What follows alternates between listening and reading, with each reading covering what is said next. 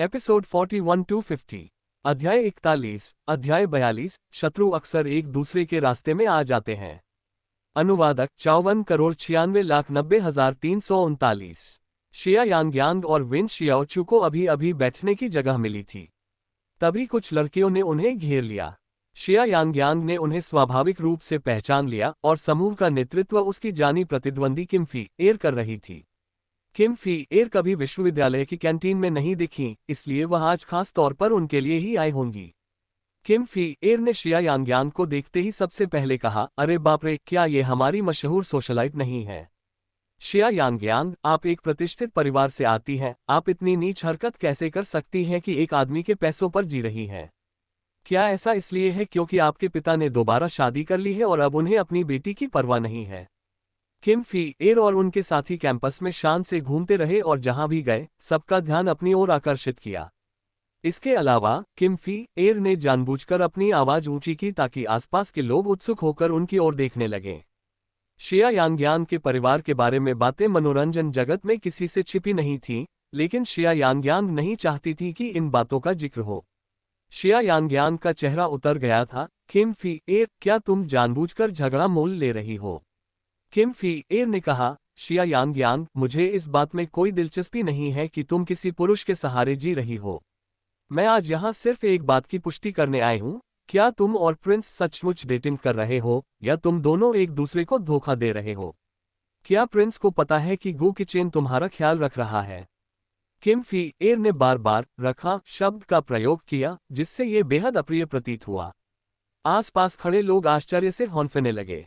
University में केवल एक ही राजकुमार था और वह था गू झाओहान, जो अपने ठंडे स्वभाव के लिए मशहूर कैंपस का चहेता था। वेन शियाओचू खड़ी हुई और बोली, किम फी एर, यहाँ लोगों की बदनामी मत करो। यांग उस तरह की इंसान नहीं है और वह कभी किसी पुरुष के पैसों पर नहीं जिएगी। किम फी एर ने कहा, तो तुमने ये किया है, लेकिन तुम इसे स्वीकार करने को तैयार नहीं हो। आज मैं ये सुनिश्चित करूंगी कि हर कोई तुम्हारा असली रंग देख ले। यांग पास ही से अचानक एक धीमी और सुरीली पुरुष आवाज सुनाई दी। हालांकि आवाज तेज नहीं थी, फिर भी वह बेहद सुहावनी थी, मानो उसमें एक विशेष आकर्षण हो। सभी लोगों ने आवाज की दिशा में देखा और वह आवाज स्वयं गू झाओहान की थी। गू झाओहान जिया यांग की दिशा में इत्मीनान से चला गया। गू झाओहान शिया यांग के पास पहुंचा। किम फी एर ने उसके चेहरे को देखा और पूरी तरह से मोहित होकर बोली, राजकुमार। फिर भी गू झाओहान बेहद उदासीन था। किम फी एर, मैंने तुमसे कहा था यांग को परेशान मत करो। किम फी एर ने कहा, क्या आपको नहीं पता कि शिया यांग को शेनिग्युआन ग्रुप के अध्यक्ष गू युएचेन ने अपने पास रखा हुआ है? राजकुमार, उसे आपको धोखा देने न दें, मुझे बस डर है कि आप मूर्ख बन जाएंगे। गू झाओहान ने कहा, शिया यांग को हिरासत में नहीं रखा जा रहा है, और अगर आप इस तरह की अफवाहें फैलाते रहे तो वह मानहानि के लिए आप पर मुकदमा कर सकती है। तुम्हें कैसे पता? तुम उस पर इतना भरोसा करते हो? गू झाओहान ने कहा, गू किचेन मेरे चाचा हैं, हम एक ही छत के नीचे रहते हैं और मैं उनके मामलों के बारे में किसी और से बेहतर जानता हूँ। गू झाओहान ने ठंडे और उदासीन स्वर में बात की, लेकिन जब भीड़ ने ये सुना तो वे सब चौंक गए। गू झाओहान बहुत लोकप्रिय थे, लेकिन ये पूरी तरह से उनके आकर्षक रूप के कारण था और बहुत कम लोग उनकी पृष्ठभूमि के बारे में जानते थे। किसने सोचा होगा कि गू झाओहान नान शहर के प्रसिद्ध गू परिवार का इकलौता पोता है? जी हाँ, उनका अंतिम नाम गू था। दरअसल किम फी एर यह बात जानती थी, लेकिन वह गू झाओहान के व्यक्तित्व को समझती थी। वह बेहद शांत स्वभाव का व्यक्ति था, जिसे ज्यादा ध्यान आकर्षित करना पसंद नहीं था। लेकिन किम फी एर को यह उम्मीद नहीं थी कि गू झाओहान जिया यांग की अफवाहों को दूर करने के लिए सार्वजनिक जांच के तहत अपनी जानबूझकर छिपाई गई पहचान को उजागर कर देगा। इससे पता चलता है कि जिया यांग उनके लिए कितनी महत्वपूर्ण थी। लेकिन गू झाओहान और कुछ कहना नहीं चाहता था और जिया यांग की ओर मुड़कर बोला, मेरे साथ आओ, मुझे तुमसे कुछ कहना है।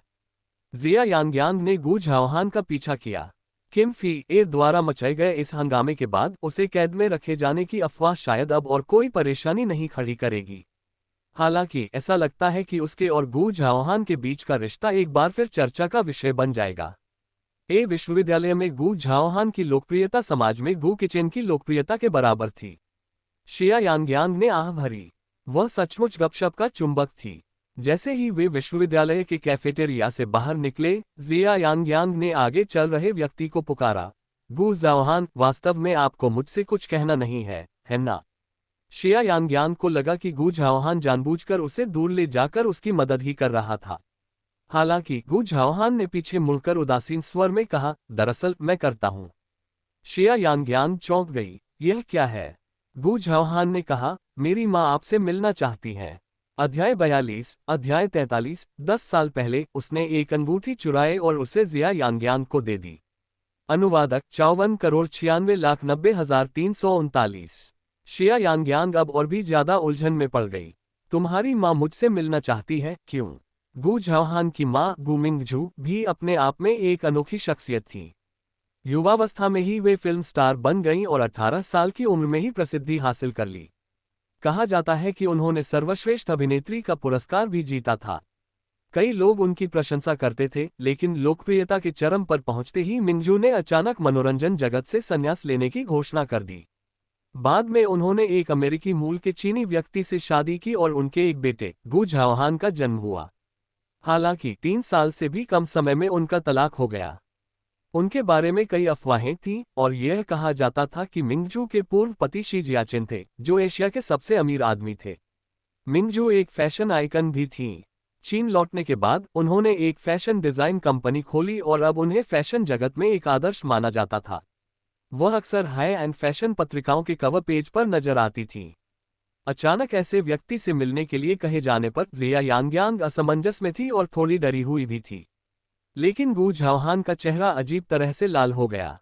गु जाओहान ने कहा, मेरी माँ आपसे मिलना चाहती है क्योंकि उन्हें लगता है कि आप मेरी प्रेमिका हैं। जब शिया यांगयांग ने ये सुना तो उसे लगा जैसे कोई बड़ी विपत्ति आ गई हो।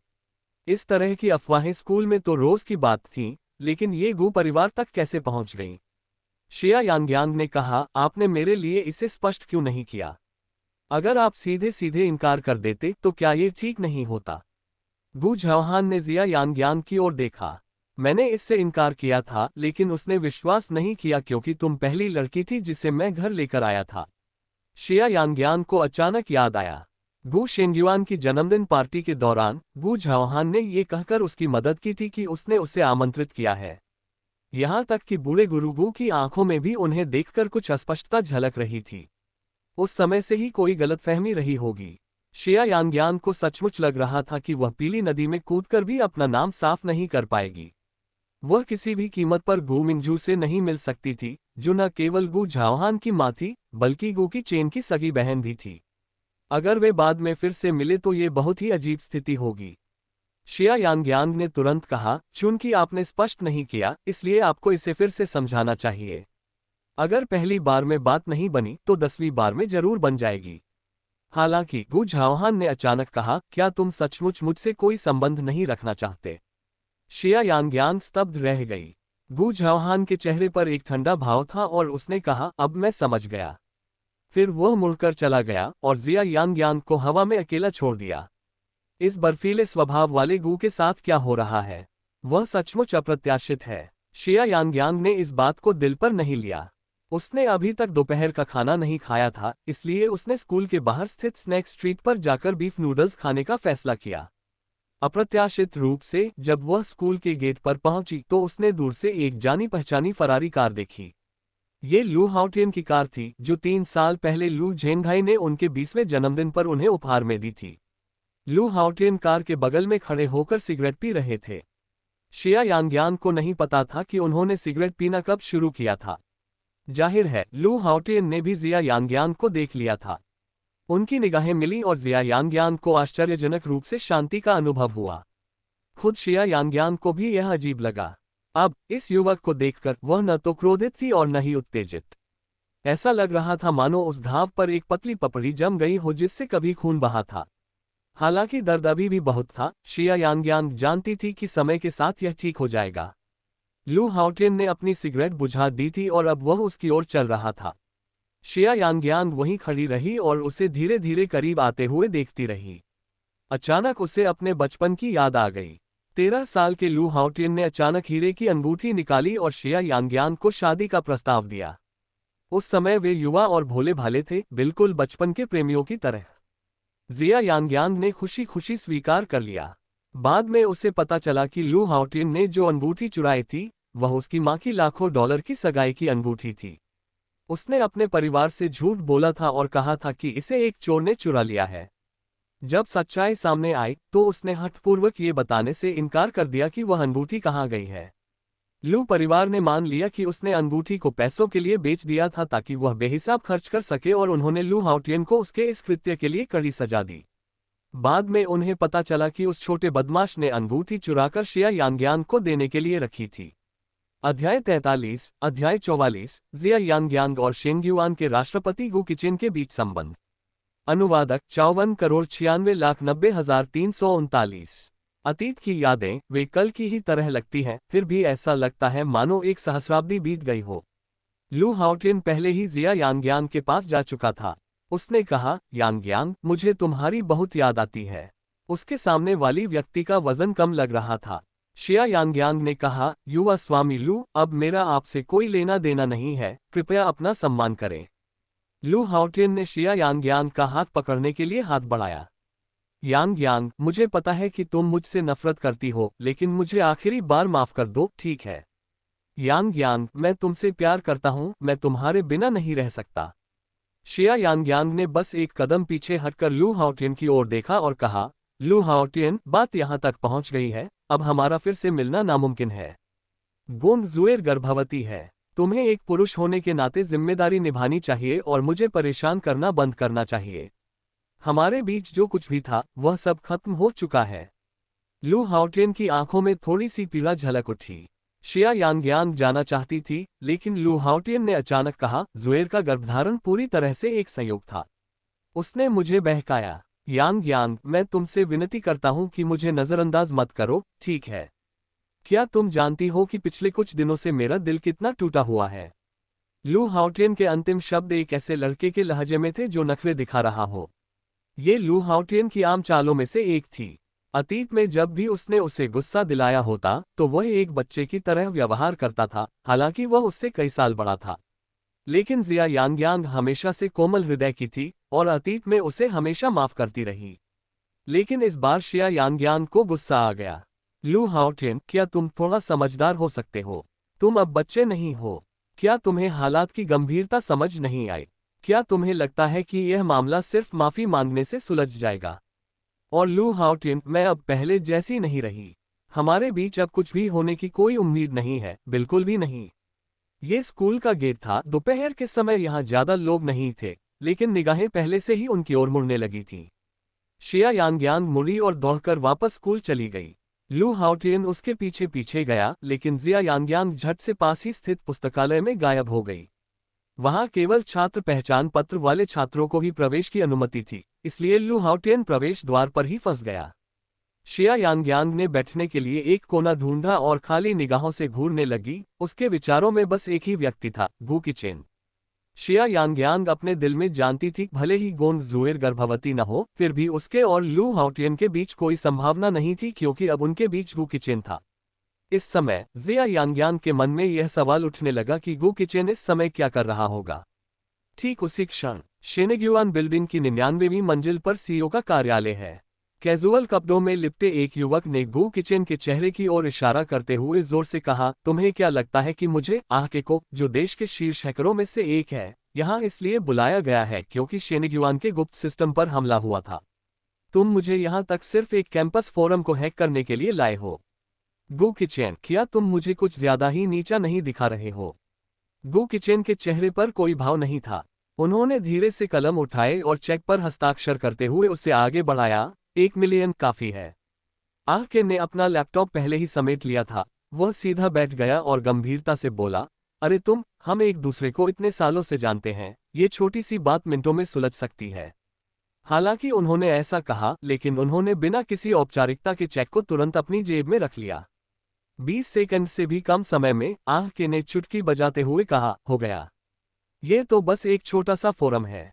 कैसा रहेगा अगर मैं यूनिवर्सिटी की आधिकारिक वेबसाइट को हैक करके आपको मुफ्त में दे दूं? गु किचेन ने कहा, इसकी कोई आवश्यकता नहीं है। मुझे बस गुमनाम पोस्टकर्ता की वास्तविक जानकारी चाहिए। ये तो बहुत आसान है, बस आधा मिनट इंतजार कीजिए। जैसा कि उम्मीद थी, आधे मिनट बाद ही आह के ने गुमनाम पोस्टर लगाने वाले के बारे में सारी जानकारी उजागर कर दी। आह के ने अपना लैपटॉप बंद किया और कहा, आप श्रीमान सीईओ हमेशा अफवाहों में घिरे प्रेमियों की अंतहीन सूची रखते हैं।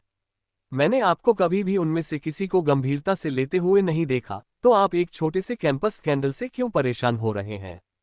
एक नज़र में आह के ने देखा कि गू किचेन ने शिया यांगयांग और शेंगयुआन के सीईओ गू किचेन के बीच संबंधों की पड़ताल शीर्षक वाली पोस्ट को हटाने के लिए बहुत बड़ा बवाल किया था। अध्याय 44, अध्याय 45, उस वर्ष का सबसे अच्छा दोस्त। अनुवादक 54,96,90,339। गू किचेन ने उदासीनता से कहा, आपको इस बारे में चिंता करने की जरूरत नहीं है। हालांकि आह के गपशप करने से खुद को रोक नहीं पाए, आपने मुझे किसी की पोस्ट हैक करने के लिए कहा था, क्या आपको पछतावा हो रहा है, भाई? आप सच में किसी कॉलेज छात्रा को तो नहीं रख रहे हैं?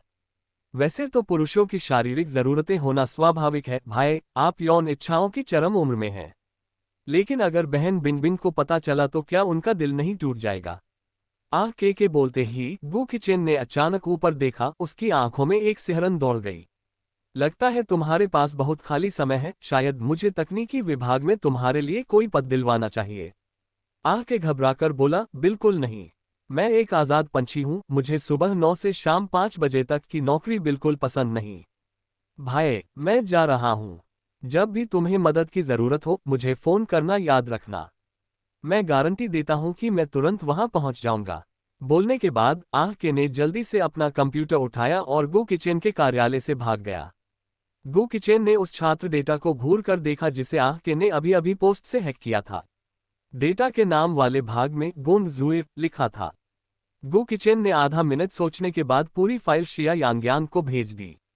शिया यांगयांग को यह संदेश तब मिला जब वह अभी भी पुस्तकालय में बैठकर दिवास्वप्न देख रही थी।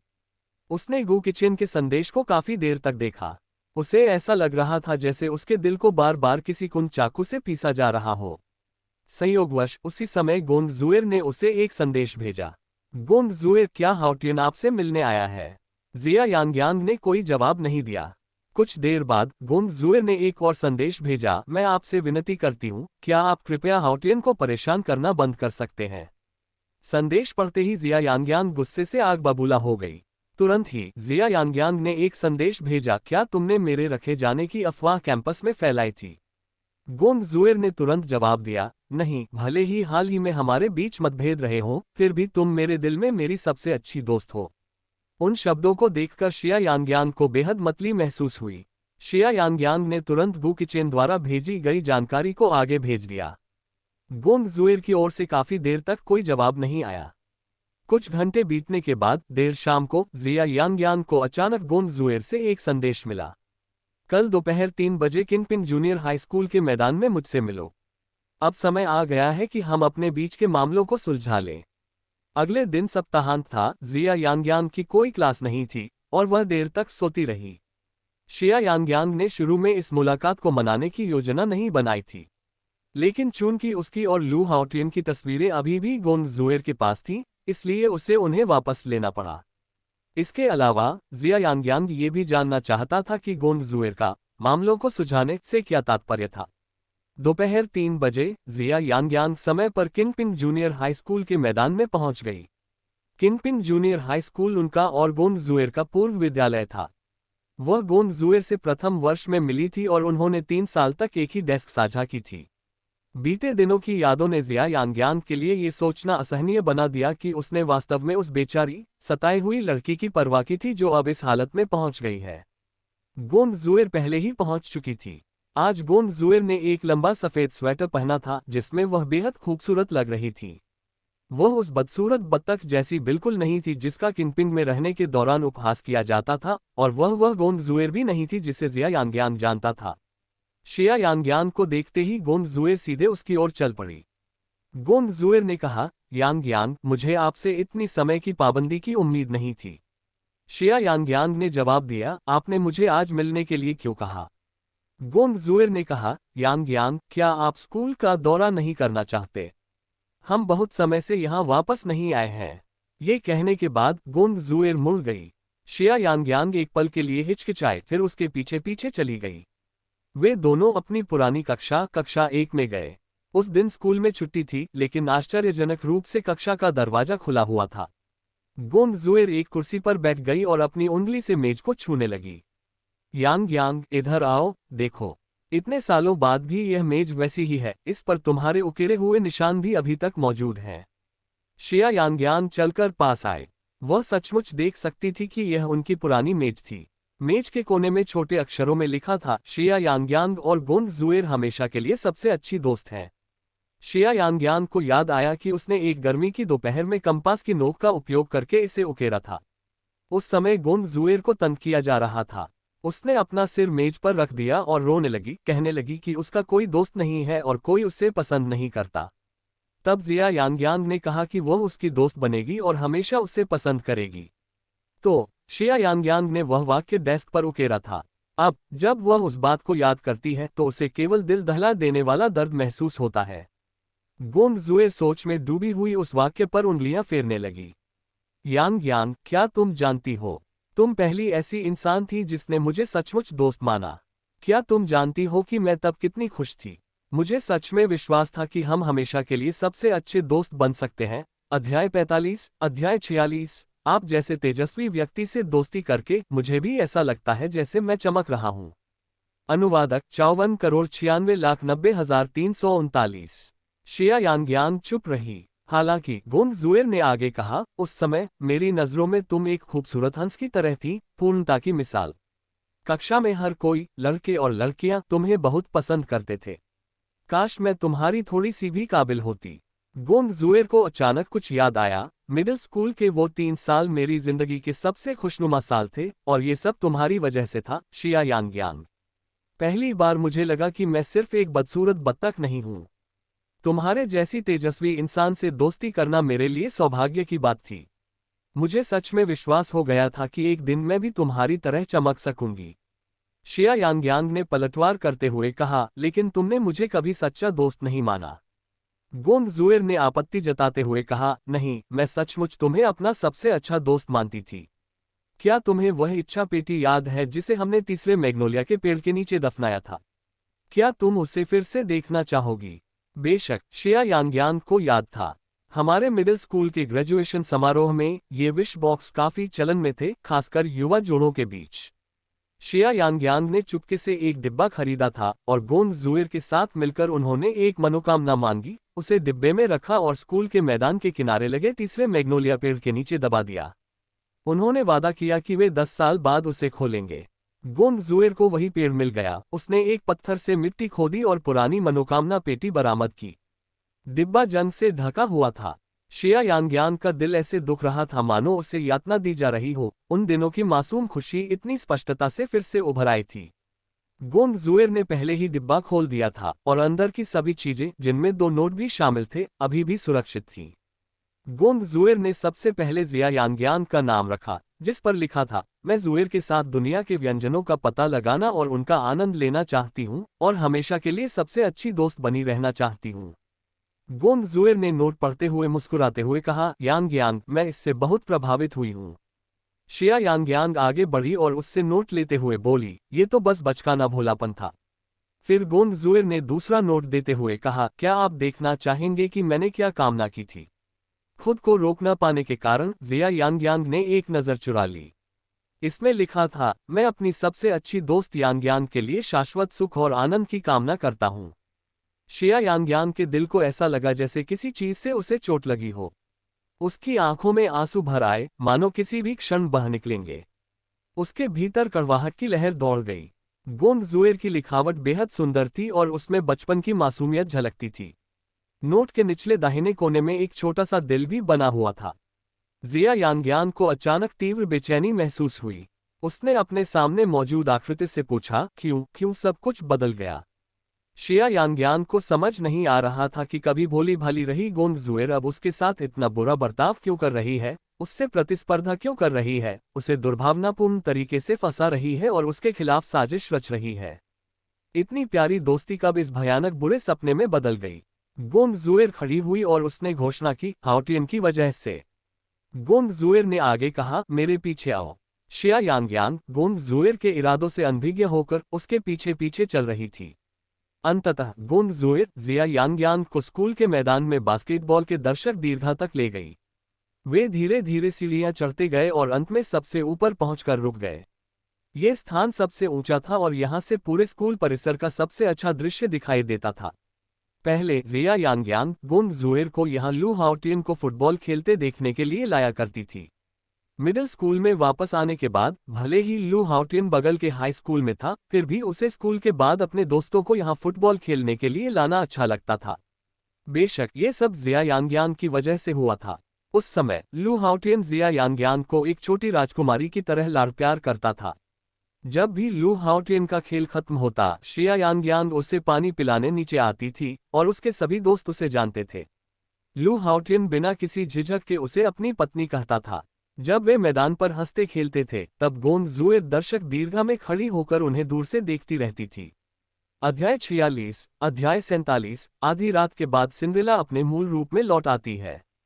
अनुवादक 54,96,90,339। गोंग जुएर मानो अतीत में खोई हुई थी। उन्होंने कहा, जब हमने माध्यमिक विद्यालय से स्नातक की उपाधि प्राप्त की तो लू हाओटियन ने विशेष रूप से एक दीक्षांत समारोह का आयोजन किया था। आपने मुझे आमंत्रित किया था, लेकिन मैंने कहा कि मेरे पास पोशाक या ऊंची एड़ी के जूते नहीं हैं। इसलिए आप मुझे अपने ड्रेसिंग रूम में ले गईं ताकि मैं अपनी पसंद के जूते चुन सकूं। आपने मुझे एक सफेद पोशाक और गुलाबी क्रिस्टल ऊंची एड़ी के जूते चुनने में मदद की। जब मैंने उन्हें पहना तो एक पल के लिए मुझे लगा कि मैं बिल्कुल आपकी तरह एक महल में रहने वाली छोटी राजकुमारी हूं। उस दिन मैं आपके दीक्षांत समारोह में जाकर बहुत खुश थी। शिया यांगयांग को याद था, लेकिन उसे ये भी याद था कि उस दिन गोंग जुएर नहीं आई थी। शिया यांगयांग ने कहा, उस दिन आपने मुझे बताया था कि आपकी तबीयत ठीक नहीं है और आप उपस्थित नहीं हुए थे। गोंग जुएर ने कहा, मैं उस दिन बहुत खुश और उत्साहित थी, इसलिए जल्दी आ गई। उस समय पार्टी स्थल पर कोई और नहीं था, केवल लू हाओटियन ही सजावट कर रहे थे। हालांकि मैंने उन्हें उन 3 सालों में कई बार देखा था, लेकिन ये पहली बार था जब मैंने उन्हें इतने करीब से देखा।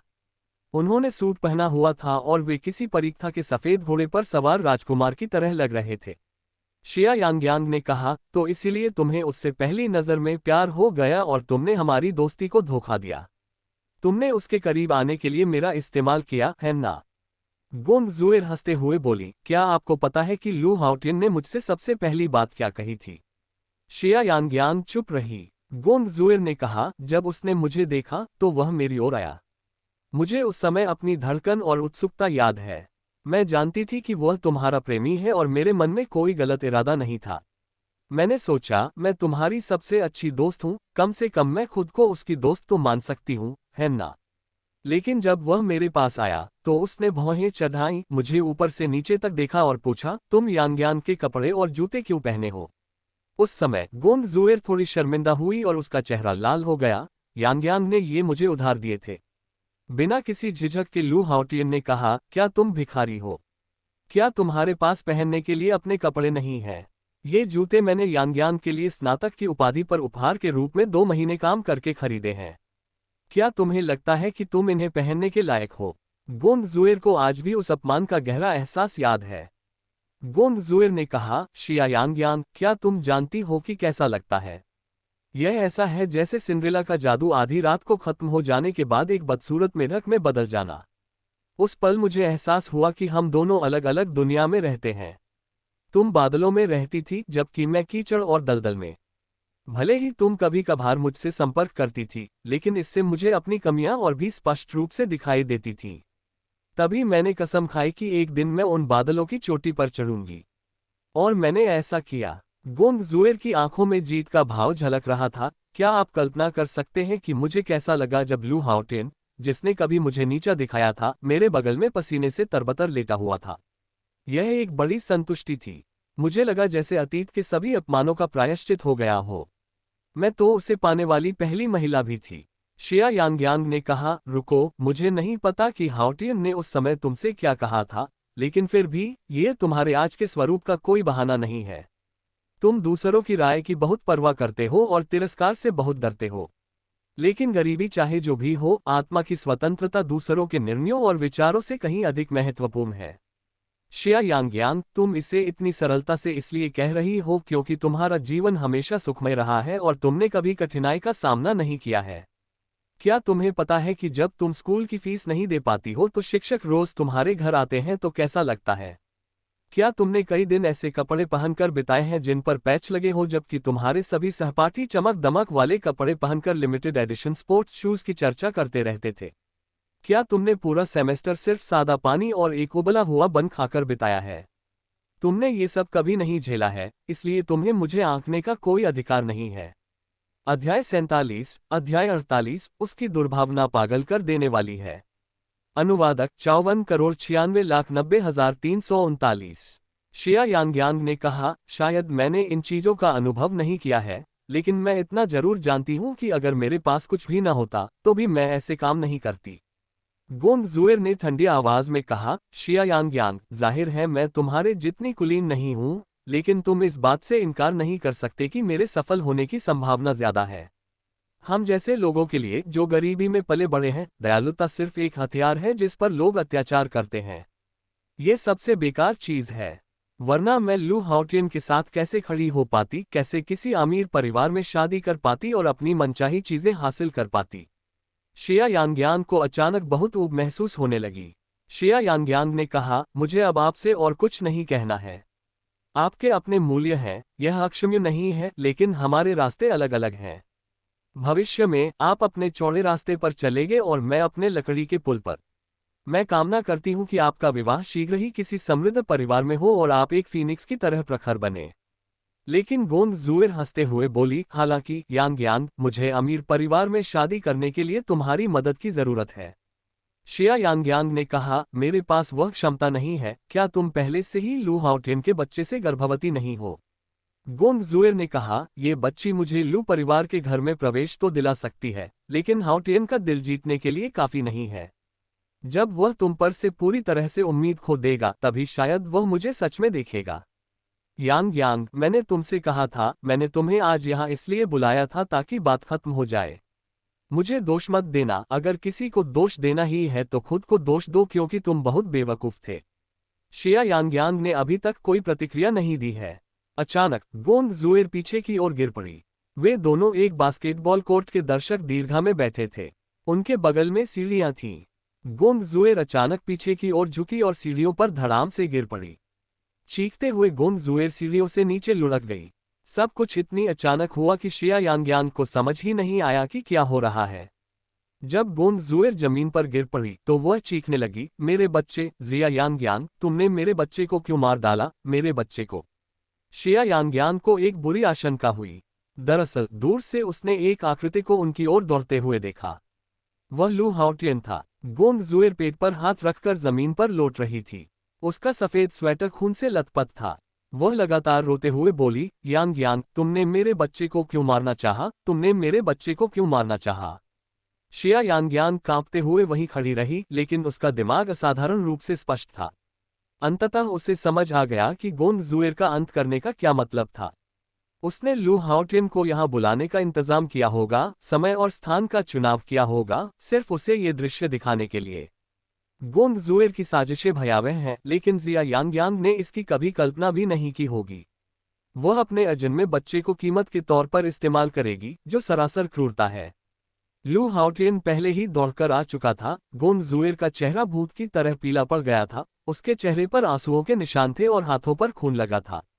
उसने पूरी ताकत से लू हाओटियन का हाथ पकड़ लिया और बोली, हाओटियन, हमारे बच्चे को, यांगयांग हमारे बच्चे को मारना चाहता है, मुझे अस्पताल ले चलो, जल्दी, मुझे अस्पताल ले चलो। लू हाओटियन ने बिना कुछ कहे गोंग जुएर को गोद में उठा लिया, ऊपर के चबूतरे से जिया यांगयांग पर एक नजर डाली और फिर गोंग जुएर को गोद में लिए तेजी से चला गया। शिया यांगयांग काफी देर तक वहीं खड़ी रही जब तक कि सूरज धीरे धीरे क्षितिज के नीचे नहीं डूब गया और रात हो गई। जब शिया यांगयांग सीढ़ियों से नीचे उतरी तो उसके पैर सुन्न हो गए थे।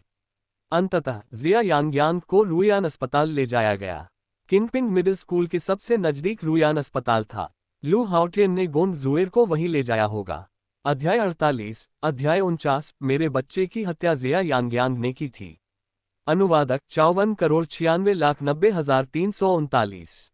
शिया यांग्यांग के रुयान अस्पताल पहुंचने के बाद उसने थोड़ी पूछताछ की और पता लगाया कि गोंद जुएर किस वार्ड में है।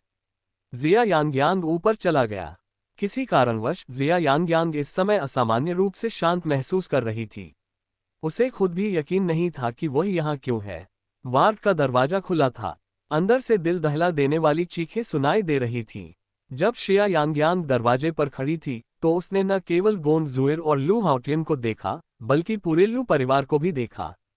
शिया यांग्यांग को देखकर सभी लोग स्तब्ध रह गए। गोंद जुएर ने तुरंत एक तकिया उठाया और उसे दरवाजे की ओर फेंकते हुए कहा, शिया यांग्यांग, तुम हत्यारे, तुमने मेरे बच्चे को क्यों मारा? तुमने मेरे और हाउटियन के बच्चे को क्यों मारा? रोने के कारण उसकी आवाज कर्कश और तनावपूर्ण हो गई थी। उसने जिया यांग्यांग की ओर दौड़ने के लिए उठने की कोशिश भी की। अंत में वह लड़खड़ाकर फर्श पर गिर पड़ी।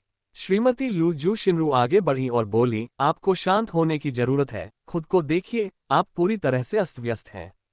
लियू शिनरू को गोंद जुएर कभी पसंद नहीं थी। जब उसे उसकी गर्भावस्था के बारे में पता चला तो वह बहुत क्रोधित हुई। लेकिन आखिरकार वह हाउटियन का बच्चा था, उसका पोता पोती। लेकिन अब उन्होंने बच्चे को खो दिया था और अब गोंद जुएर को देखकर उसे आक्रोश और दया दोनों महसूस हो रही थी। एक नर्स तुरंत आगे बढ़ी और गोंद जुएर को वापस बिस्तर पर लिटाने में मदद की। शिया यांग्यांग शांति से अंदर चली गई। लू झेंघाई ने आह भरी, यांग्यांग, तुम इतनी लापरवाह कैसे हो सकती हो? मुझे पता है कि हाउटियन ने इस मामले में तुम्हारे साथ अन्याय किया है, लेकिन चाहे कुछ भी हो, लू परिवार में एक नए जीवन का जन्म हुआ है। तुम अंकल लू और आंटी लू का दिल तोड़ रही हो। शिया यांग्यांग ने शांत भाव से कहा, मैंने उसे धक्का नहीं दिया। ये सुनकर गोंद जुएर चीख पड़ी, शिया यांग्यांग, अब भी तुम इससे इनकार करने की कोशिश कर रहे हो। क्या तुम ये कहना चाह रहे हो कि मैंने जानबूझकर तुम्हें फंसाने के लिए खुद को सीढ़ियों से नीचे फेंक दिया? हाउटियन ने सब कुछ अपनी आंखों से देखा। जिया यांग्यांग को वास्तव में गोंद जुएर की आंतरिक शक्ति की प्रशंसा करनी थी। भले ही उसने जिया यांग्यांग को फंसाने के लिए सचमुच सीढ़ियों से छलांग लगाए हो, लेकिन कोई भी उस पर विश्वास नहीं करेगा। आखिरकार उसने अपनी जान के साथ साथ अपने अजन्मे बच्चे की जान भी जोखिम में डाली थी। फिर भी जिया यांग्यांग ने कहा, आप जानते हैं कि वास्तव में क्या हुआ था, और मैं उस बात को स्वीकार नहीं करूंगी जो मैंने नहीं की है। गोंद जुएर अब बुरी तरह रो रही थी। शिया यांग्यांग, मैं जानती हूं कि तुम मुझसे नफरत करते हो, लेकिन तुम्हें इतना भयानक काम करने की जरूरत नहीं थी। तुमने मुझे सीढ़ियों से धक्का दिया, तुम्हारी वजह से मेरा गर्भपात हुआ, और अब भी तुम इसे मानने से इनकार कर रहे हो और सारा दोष अपने ऊपर लेने पर तुले हो। गोंद जुएर ने अपने तकिए के नीचे हाथ डालकर एक रिकॉर्डिंग डिवाइस निकाली। मैं पत्रकारिता की पढ़ाई करती हूँ, इसलिए मैं हमेशा अपने साथ रिकॉर्डर रखती हूँ। ये बातचीत मेरी जिया यांग्यांग से थोड़ी देर पहले हुई थी, जिसे मैंने अनजाने में रिकॉर्ड कर लिया। आप खुद सुनिए, जिस जिया यांग्यांग को आप जानते हैं वह उतनी भोली और दयालु नहीं है जितनी वह दिखती है। आप सब उसके सौम्य मुखौटे के झांसे में आ गए हैं। गोंद जुएर ने रिकॉर्डर पर प्ले बटन दबाया। अंदर से गोंद जुएर की आवाज सुनाई दी, यांग्यांग, हाउटियन के साथ जो हुआ वो मेरी गलती थी। मैं तुम्हें दोस्त के रूप में खोना नहीं चाहती। क्या तुम मुझे इस बार, बस एक बार, माफ कर सकते हो और हम पहले जैसे हो सकते हैं? फिर शिया यांग्यांग की आवाज सुनाई दी, मैं तुम्हें एक शर्त पर माफ कर सकती हूँ। गर्भपात कराओ, हाउटियन से रिश्ता तोड़ दो और फिर हम पहले जैसे हो जाएंगे। क्या कहते हो? कई बार रिकॉर्डिंग दोहराने के बाद गोंद जुएर आखिरकार रुक गई। अब वह बेकाबू होकर रो रही थी। शिया यांग्यांग, मुझे हाउटियन से प्यार हो गया, क्या यह इतना बड़ा पाप है? मैंने हमेशा तुम्हें अपना सबसे अच्छा दोस्त माना है, मुझे हमेशा इस बात का पछतावा रहा है। लेकिन तुमने मेरे साथ ऐसा क्यों किया? तुमने मेरे बच्चे को क्यों मार डाला? अध्याय 49, अध्याय 50। अब से हम अजनबी की तरह होंगे, इसलिए अपना ख्याल रखना। अनुवादक 54,96,90,339। गोंद जुएर के चेहरे पर पीड़ा के भाव थे। उन्होंने सबसे कहा, आप सबने सुना होगा। ये रिकॉर्डिंग 1 महीने पहले की है।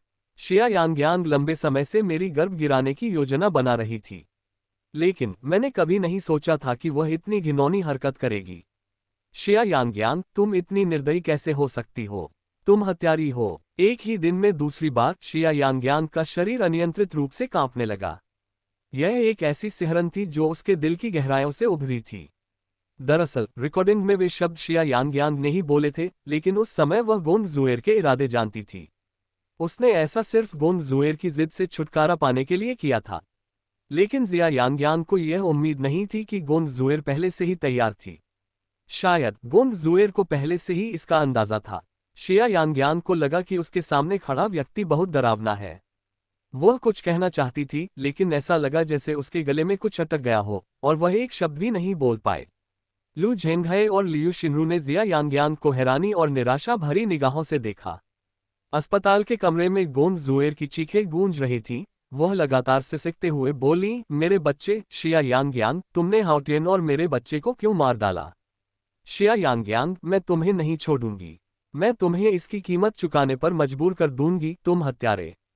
लू झेंगहे ने एक आह भरी और चुपचाप बैठे लू हाओटियन के पास चले गए।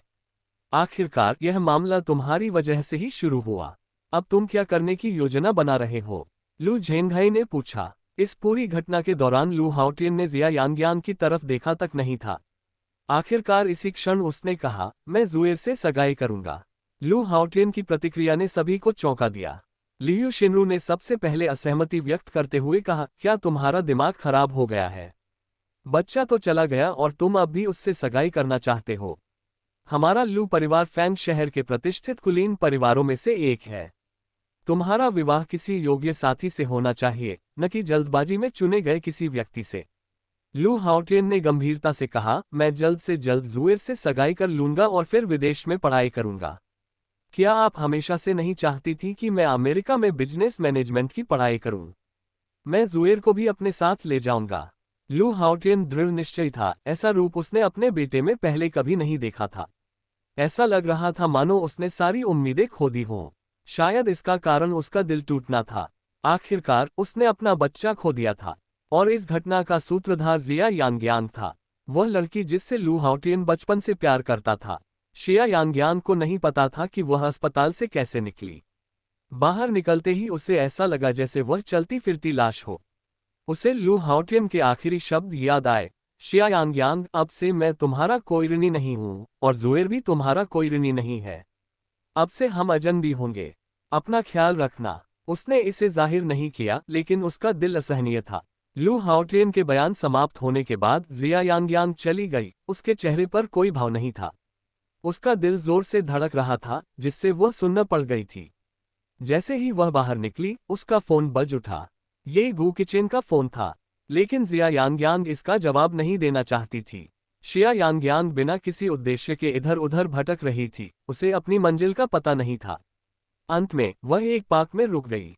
शिया यांग्यांग सड़क किनारे एक बेंच पर खाली दिमाग से बैठी थी, लेकिन उसका दिल ऐसा महसूस कर रहा था जैसे उसे किसी कुंद चाकू से काटा जा रहा हो। उस मंद दर्द ने उसे सता दिया और वह कांपने लगी। शिया यांग्यांग को पता ही नहीं चला कि वह कितनी देर तक बेंच पर बैठी रही। तभी गू किचेन उसके सामने प्रकट हुआ। अध्याय 50, अध्याय 51, चाहे आकाश ही गिर जाए, मैं तुम्हारे लिए उसे सहारा दूंगा। अनुवादक 54,96,90,339। गू किचेन कार से बाहर निकला, जिया यांग्यांग के पास गया, आराम से अपना ओवरकोट उतारा और उसे जिया यांग्यांग के कंधों पर डाल दिया। फिर वह उसके बगल में बैठ गया। उसकी आवाज धीमी और गहरी थी, तुम अपना फोन नहीं उठा रही हो? क्या तुम्हें पता है कि मैं तुम्हारे बारे में कितना चिंतित था? शिया यांग्यांग ने अपना सिर नीचे कर लिया और चुप रही। गू किचेन जिया यांग्यांग का हाथ पकड़ने के लिए आगे बढ़ा। उसकी हथेली सूखी और गर्म थी। गू किचेन ने पूछा, क्या हुआ? क्या तुम मुझसे इसके बारे में बात नहीं करना चाहते? शिया यांग्यांग को समझ नहीं आ रहा था कि कहां से शुरू करे, इसलिए वह चुप रही। गू किचेन ने अचानक शिया यांग्यांग को अपनी बाहों में भर लिया और कहा, नादान बच्ची, चाहे कुछ भी हो जाए, मैं हमेशा तुम्हारे साथ रहूंगा। चाहे आसमान ही क्यों न गिर जाए, मैं तुम्हारी रक्षा करूंगा। ये शब्द सुनकर जिया यांग्यांग अपना संयम नहीं रख सकी और रोने लगी। जब चाचा लू ने उससे अपनी निराशा व्यक्त की, तो वह नहीं रोई। जब गोंग जुएर ने उसे फंसाया, तब भी वह नहीं रोई। और जब लू हाओटियन ने कहा कि उन्हें अजनबी बनकर अलग अलग जीवन जीना चाहिए, तब भी जिया यांग्यांग नहीं रोई।